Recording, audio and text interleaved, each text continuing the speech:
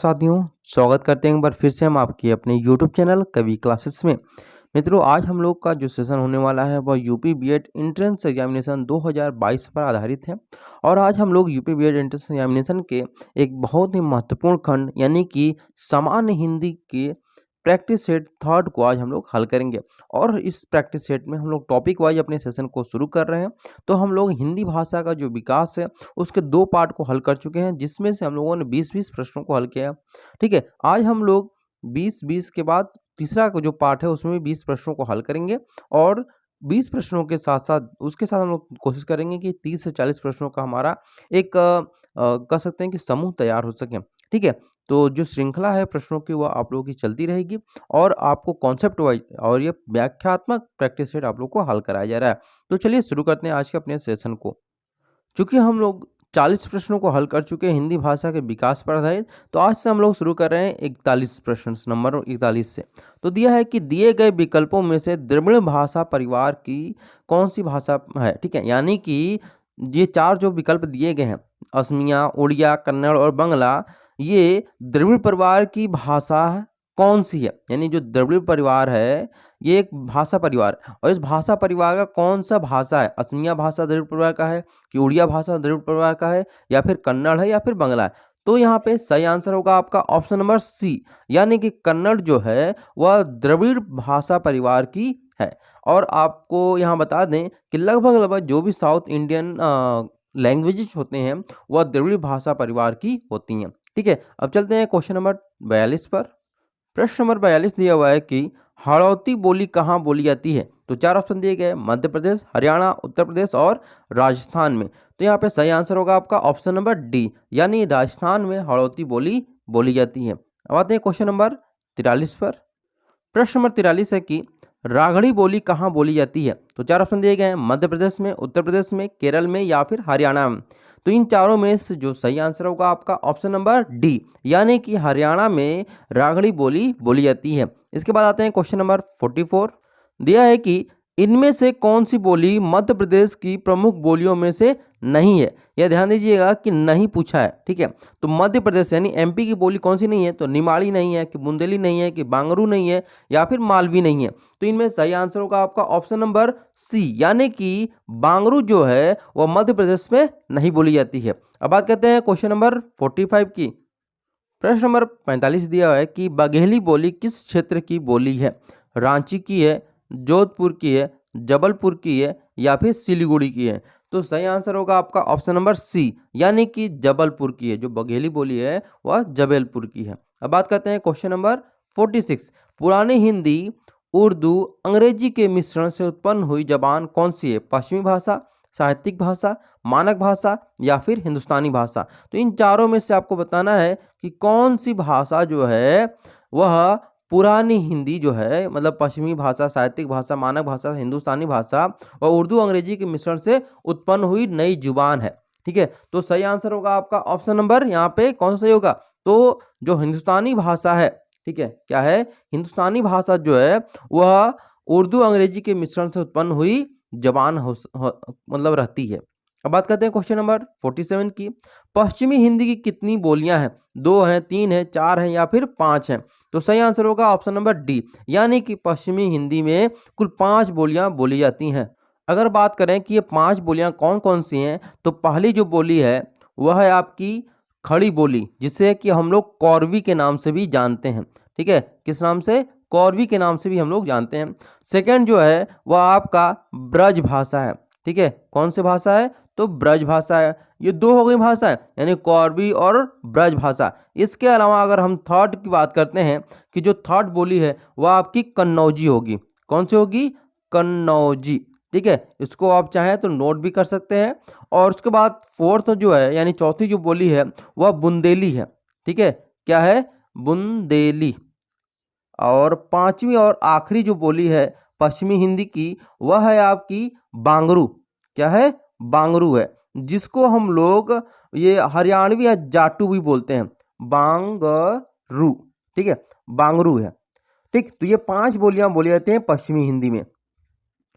किसी सीमित किसी सीमित क्षेत्र में बोली जाने वाली स्थानीय भाषा को क्या बोला जाता है? राजभाषा, उपभाषा, बोली या फिर राष्ट्रीय भाषा? तो सही आंसर है आपका बोली, यहाँ पे सही आंसर होगा। अब बात करते हैं क्वेश्चन नंबर 49 की। भाषा को बोलते समय होने वाले उतार चढ़ाव को क्या कहा जाता है? अवरोह कहा जाता है, आरोह कहा जाता है, या फिर अनुतान या फिर संगम कहा जाता है? तो क्वेश्चन नंबर 49 का जो सही आंसर होगा आपका ऑप्शन नंबर सी, यानी कि अनुतान बोला जाता है।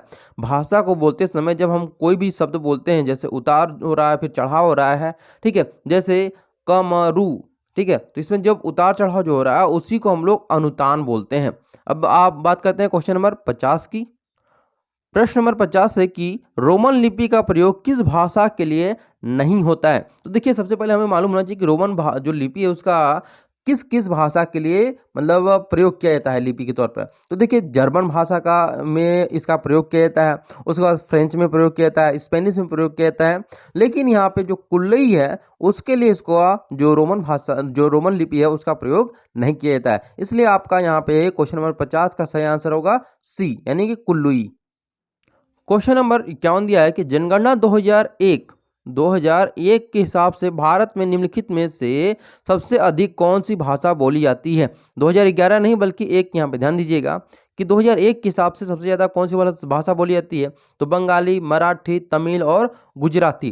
तो यहाँ पे सही आंसर होगा आपका ऑप्शन नंबर ए, यानी कि तमिल जो भाषा है वह भारत में सबसे ज़्यादा, सॉरी, बंगाली जो भाषा है, एक मिनट, नहीं, हाँ, देखिए 2011 में के हिसाब से सबसे ज़्यादा जो भाषा बोली जाती है वह आपकी बंगाली है, न कि तमिल है, ठीक है। तो सही आंसर आपका बंगाली यहाँ पे सही आंसर होगा। अब बात करते हैं क्वेश्चन नंबर 52 की। प्रश्न नंबर 52 दिया है कि कन्नौजी बोली मुख्य रूप से निम्न में से कौन से जिले में बोली जाती है? फर्रुखाबाद, मुरादाबाद, इलाहाबाद या फिर कानपुर? तो यहाँ पे सही आंसर होगा आपका ऑप्शन नंबर ए, यानी कि फर्रुखाबाद में कन्नौजी बोली मुख्य रूप से बोली जाती है। प्रश्न नंबर 53 दिया है कि बांगरू भाषा ज्यादातर कौन से राज्य में बोली जाती है? बिहार में, कर्नाटक में या फिर हरियाणा या फिर तमिलनाडु में? तो सही आंसर होगा आपका ऑप्शन नंबर सी, यानी कि हरियाणा में बांगरू भाषा सबसे ज्यादा बोली जाती है। प्रश्न नंबर 54 दिया है कि हिंदी के स्थान पर अंग्रेजी को सन 1855 में भारत की शिक्षा यानी एजुकेशन और प्रशासन की भाषा के रूप में किसने स्थापित किया? तो देखिए, चार ऑप्शन दिए गए हैं। पहला है Lord Macaulay, John Adams, Warren Hastings और द लॉर्ड मिंटो। तो इन चारों में से जो सही आंसर होगा आपका ऑप्शन नंबर ए, यानी लॉर्ड मैकाले ने 1855 में भारत की शिक्षा और प्रशासन की भाषा जो है उसे अंग्रेजी कर दिया था। और ये भी कहा जाता है कि भारत में अंग्रेजी को लाने का देन जो है वह लॉर्ड मैकाले को ही दिया जाता है, ठीक है। तो इस प्रकार से आपके एक प्रश्न से दो प्रश्न तैयार हो गए। प्रश्न नंबर 55 दिया है कि भाषा के क्षेत्रीय रूप को क्या कहा जाता है? राष्ट्रभाषा, बोली, राजभाषा या फिर साहित्य? तो सही आंसर है आपका ऑप्शन नंबर बी, यानी बोली बोला जाता है, ठीक है, यानी भाषा के क्षेत्रीय रूप को बोली कहा जाता है। अब प्रश्न आता है 56। प्रश्न नंबर 56 दिया है कि निम्नलिखित में से कौन सा भाषा का मौखिक रूप है? परियोजना, पत्र, परिचर्चा या फिर निबंध?